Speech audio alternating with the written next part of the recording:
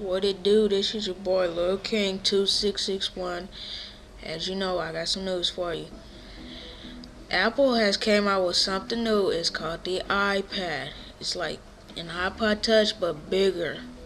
I mean, this thing is massive. You gotta hold it like a textbook when you're going to school. But it's real skinny. Has everything just like the iPod Touch, except they got a new app. It's called the iBooks. I don't know nothing about that, but they just said they got it. But it ain't included like it ain't doesn't include the camera. Apple saying this is a low price. They want $500 for it.